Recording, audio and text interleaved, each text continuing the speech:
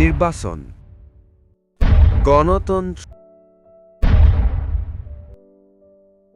গণতন্ত্ৰত ৰাষ্ট্ৰত নিৰ্বাচনত জনসাধাৰণৰ কৰণীয় বিষয়ত কেইটামান গুৰুত্বপূৰ্ণ কথা আপোনালোকৰ আগত উপস্থাপন কৰিম।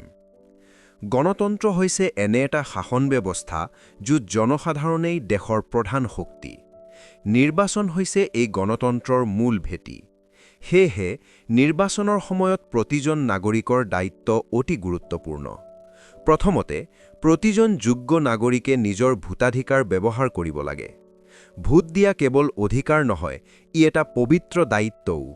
ভোট নিদিলে আমি নিজৰ মতামত প্ৰকাশ কৰাৰ অধিকাৰ হেৰুৱাওঁ। দ্বিতীয়তে, জনসাধাৰণে সচেতনভাৱে প্ৰাৰ্থী নিৰ্বাচন কৰিব লাগে। প্ৰাৰ্থীৰ চৰিত্ৰ, যোগ্যতা আৰু কামৰ ৰেকৰ্ড বিবেচনা কৰা অতি প্ৰয়োজন। কেৱল প্ৰতিশ্ৰুতি বা লোভনীয় প্ৰলোভনত প্ৰভাৱিত নহ'ব লাগে। তৃতীয়তে, টকা, মদ বা আন প্ৰলোভনৰ বিপৰীতে সতৰ্ক থাকিব লাগে। এইবোৰে গণতন্ত্ৰক দুৰ্বল কৰে আৰু শুদ্ধ নিৰ্বাচন ব্যৱস্থাক ক্ষতিগ্ৰস্ত কৰে। চতুৰ্থতে, নিৰ্বাচনী নিয়ম মানি শান্তিপূৰ্ণভাৱে ভোটদান কৰিব লাগে। হিংসা বা বিশৃংখলতা গণতন্ত্ৰৰ বাবে ক্ষতিকাৰক।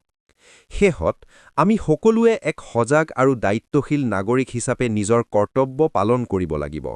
তেতিয়াহে এখন শক্তিশালী আৰু সুস্থ গণতন্ত্ৰ গঢ়ি তোলা সম্ভৱ হ'ব।